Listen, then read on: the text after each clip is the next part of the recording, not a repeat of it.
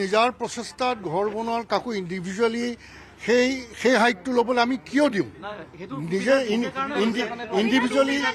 Individually বহুতে কৰিবলৈ আহে।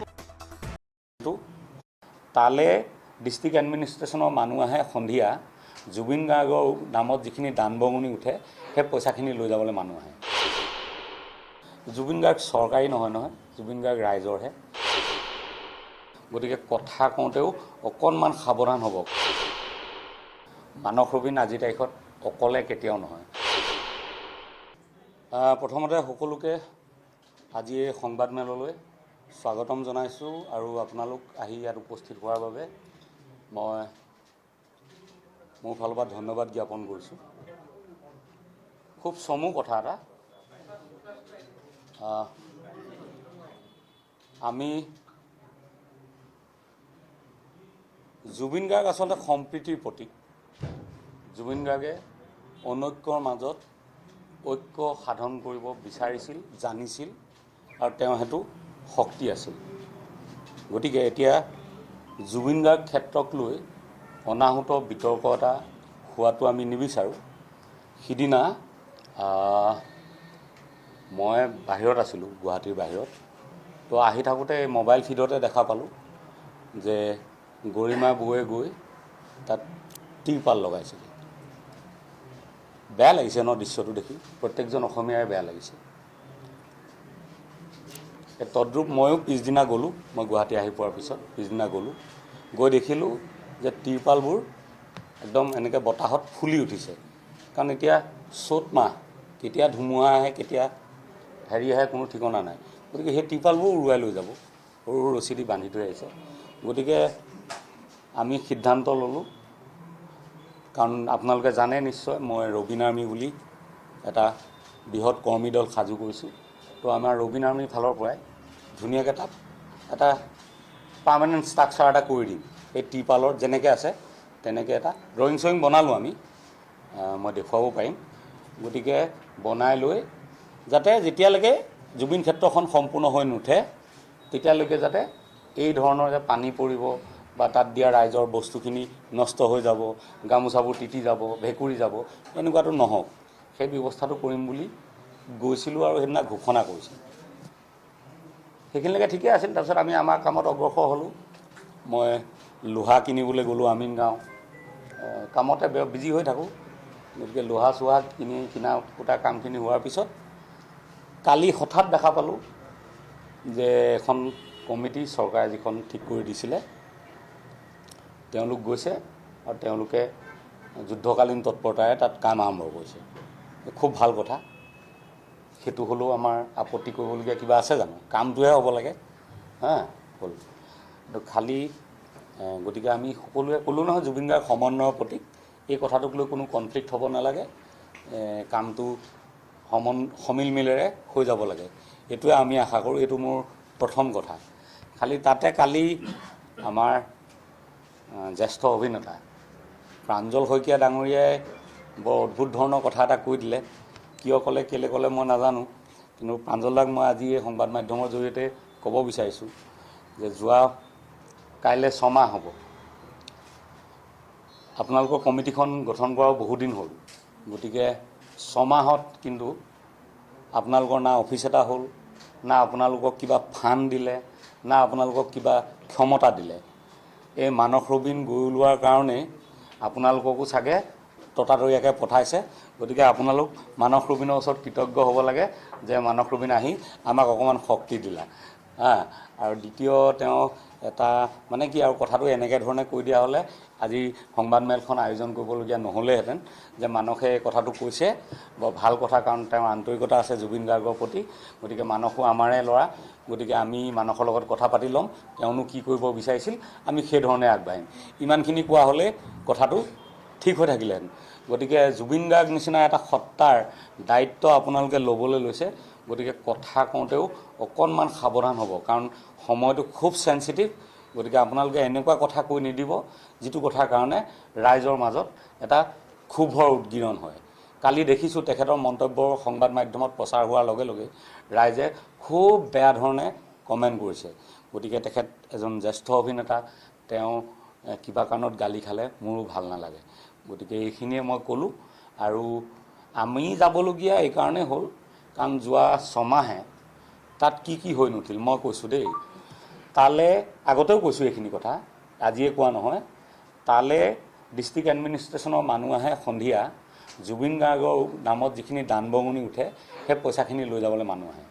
কিন্তু তাত যে ইমান ধূলি হৈ আছিলে, মিউনিচিপালিটি গাড়ী এখন দি যে পানী অকণ ছটিয়াই দিব লাগে ঠাইখনত, বা ৰাতিপুৱা গধূলি পানী অকণ ছটিওৱাৰ ব্যৱস্থা কৰিব লাগে, এই কথাটো কাৰো মানে চেতনালৈ অহা নাছিল।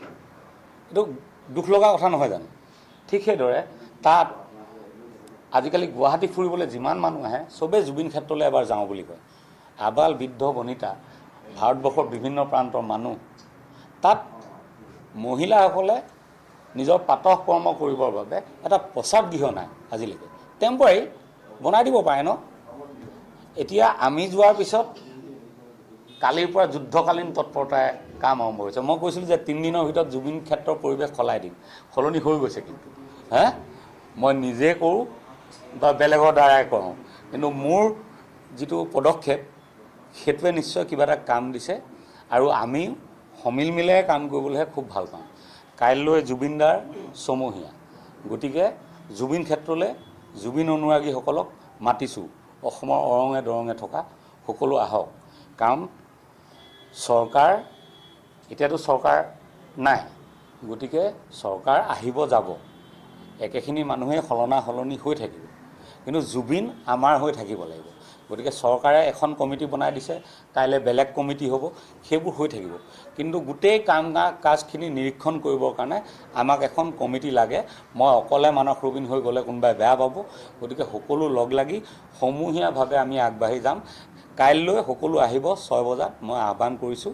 আমি সকলো তাতে লগ হ'ম, লগ হৈ এটা সিদ্ধান্ত ল'ম। এইখিনি কথাকে সংবাদ মাধ্যমৰ জৰিয়তে মই জনালোঁ। আৰু কোনো ধৰণৰ কনফ্লিক্ট বিতৰ্ক হ'ব নালাগে। জুবিন গাৰ্গ ৰাইজৰ সম্পদ। আমি সকলো অসমৰ যিমান জাতি জনগোষ্ঠী ধৰ্ম ভাষা আটাইবোৰ মানুহে, আনকি অসমৰ যিমান গছ নদী পৰ্বত পাহাৰ সকলোৱে আমি জুবিন গাৰ্গক আৱৰি ৰাখিম। এই প্ৰতিজ্ঞাৰে আমি কাইলৈ লগ হ'ম। ধন্যবাদ। সন্ধিয়া 6 বজাত মানে আগবেলা মোৰ কাইলৈ এজনীয়া যিখন বিচাৰপীঠ, তাত আয়োগত মোৰ সাক্ষ্য আছে। সাক্ষ্য প্ৰদান কৰিবলৈ মোক 4 বজাত মাতিছে। গতিকে 4 বজাৰ পৰা মই 5 বজামানত আজৰি হ'ম। গতিকে 6 বজাত মই গৈ পামগৈ। আৰু বেছিভাগ আজিকালি কামত ব্যস্ত মানুহ, দিনত বহুত মানুহে সময় নাপাব, কাইলৈ খোলা দিন যিহেতু। গতিকে সন্ধিয়া 6 বজাত মাতিছোঁ, সন্ধিয়া 6 বজাত লগ হ'ম। এনে দিনততো ছমহীয়া কাৰ্যসূচী তাত চলিব, আহিব বহুত মানুহ। গতিকে কিন্তু মিটিংখনৰ কাৰণে মই 6 বজাত মাতিছোঁ, ক্লিয়াৰ কৰি দিছোঁ। এটা বস্তু দেখিছোঁ আমি যে যিসকল অসমৰ কণ্ঠশিল্পী আছিলে, কণ্ঠশিল্পীসকলে তেখেতৰ বিয়োগৰ সময়ত তালৈ গৈছে, বা পিছত আমি দেখিছোঁ যে চানমাৰীত এটা ৰাজহুৱাভাৱে অনুষ্ঠানো পাতিছে শ্ৰদ্ধাঞ্জলি। কিন্তু এই বিষয়বিলাকৰ লগত অসমৰ কণ্ঠশিল্পীসকল যি ধৰণে জড়িত থাকিব লাগিছিল, তেওঁলোক কিন্তু থকা দেখা পোৱা নাই আমি। বহুতে আছে, বহুত লোক আছে, কিন্তু মই লোকৰ কথা ক'বলৈ অহাই নাই ইয়াত। এয়া আমাৰ সম্পূৰ্ণ ৰবিন আৰ্মী দল, আপোনালোকে দেখিছে। কালি প্ৰাঞ্জল দাই এটা কথা কৈছিলে যে মানস ৰবিনে অকলে কাম কৰিব আহিছে। মানস ৰবিন আজিৰ তাৰিখত অকলে কেতিয়াও নহয়। মানস ৰবিন মানে লগত লাগি আছে ৰবিন আৰ্মী, আৰু ৰবিন আৰ্মী মানে হ'ল 10,000 থলুৱা খিলঞ্জীয়া আৰু ভূমিপুত্ৰৰ খুব কুশল কৰ্মী দল। গতিকে তেওঁলোকে ইচ্ছা কৰিলে ৰাতিৰ ভিতৰতে সেইখিনি কাম কৰি দিব পাৰে। খালি আমি হেৰিটোত আহিব বিচৰা নাই, কনফ্লিক্টত আহিব বিচৰা নাই, কাৰণ সময়টো খুব চেঞ্চিটিভ। মই কাটৰে অনুৰোধ কৰিছোঁ, মোৰ ফালৰ পৰা যদি কিবা ত্ৰুটি ৰৈ গৈছে বুলি ভাবে ৰাইজে নিজ গুণে মাফ কৰিব। জুবিন ক্ষেত্ৰক লৈ কোনো ধৰণৰ অনাহুত বিতৰ্ক হোৱাটো নিবিচাৰোঁ, আৰু জুবিন ক্ষেত্ৰ অৱহেলিত হোৱাটোও নিবিচাৰোঁ। এই দুটাই কথা।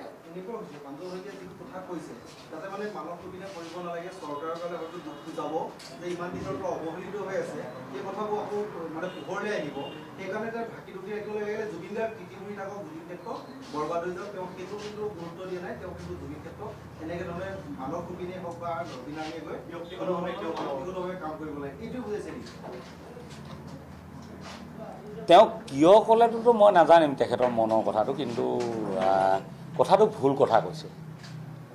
কথাটো ভুল কথা কৈছে, মই ইমানখিনিয়ে ক'ম। জ্যেষ্ঠ তেখেত, মই তাতকৈ নক'ম। সেইটোৱে যে যিহেতু কমিটি নিৰ্মাণ কৰি দিছে, হয় নাই?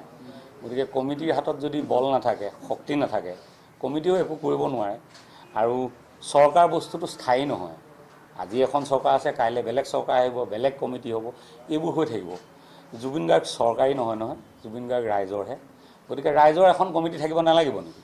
গতিকে ৰাইজৰ কমিটি এখন বনাওঁ, ময়ে ইনিচিয়েট কৰিছোঁ, কিন্তু তাতে ৰাইজে দিহা পৰামৰ্শ দিব, সেইধৰণে হ'ব। নহয় নহয়, ৰাইজৰ হ'লে তাত গৰিমা বৌ থাকিব, কিন্তু ৰাইজৰ চৰকাৰীখনততো গৰিমা বৌক ৰাখিছেই, কিন্তু গৰিমা বৌৰ বলটো চৰকাৰীখনত কিমান থাকিব? গতিকে ৰাইজৰ বল এটাও তেখেতক লাগিব। ৰাইজেতো আৰু গৰিমা বৌক নোসোধাকৈ একো কাম নকৰে, কিন্তু ৰাইজৰ বল এটাও লাগিব।